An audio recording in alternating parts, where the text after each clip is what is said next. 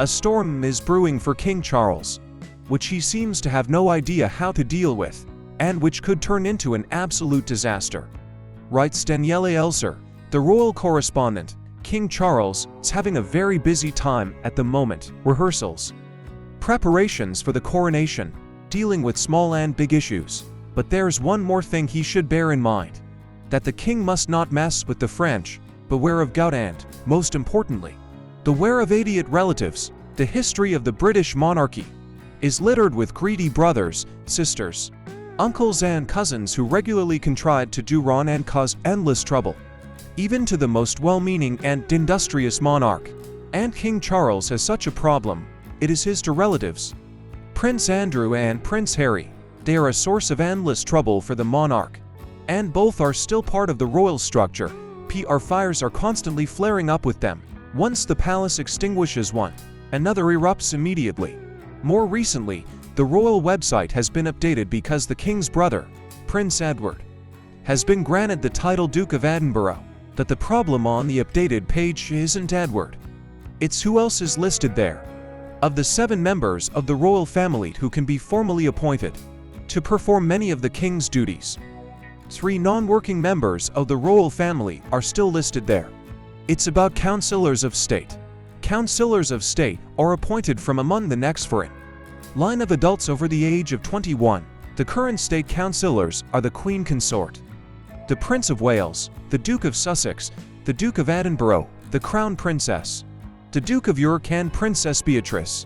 3 of the names on the list are non-working members of the royal family. Last year, Charles asked Parliament to pass a new bill to expand the list of state councillors.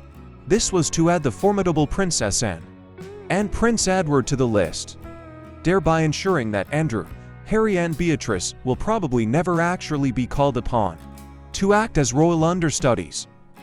But it still looks awful. In theory, they could still sign government documents or receive new ambassadors. The fact that these 3, who currently occupy the 5th, 8th and 9th positions in the line of succession, can still hold official positions of such importance, even if they never have to do so, is still a danger to the monarchy. Why should a bunch of unqualified, unelected, and unattractive people be allowed to hold these positions? After all, they could even theoretically be used to open Parliament, sign official documents, or hold meetings of the Privy Council. The inclusion of Anne and Edward in the list of advisors at the time was seen by the king as a diplomatic move to keep Edward and Harry out of emotional trauma. In retrospect, however, dodging this real issue was like putting a few band-aids on a bullet wound. Charles's primary job as king is to protect the monarchy, and right now the 2 biggest threats to the health and well-being of the institution are members of his own family. Charles faces the almost impossible task of following in the late Queen's enormous footsteps. Can he maintain a steady level of public support for the royal family in an era when inherited, undeserved privilege is increasingly public enemy number 1? How can Charles contemplate this gigantic task while the situations with Andrew and Harry remain unresolved and continue to torment him, while the 8 words Duke of York and Duke of Sussex appear on the royal website as state advisors? His Majesty is putting his reign and the entire palace in jeopardy. The Duke of York and the Duke of Sussex are among the king's chief and dangerous concerns, capable of escalating into disaster.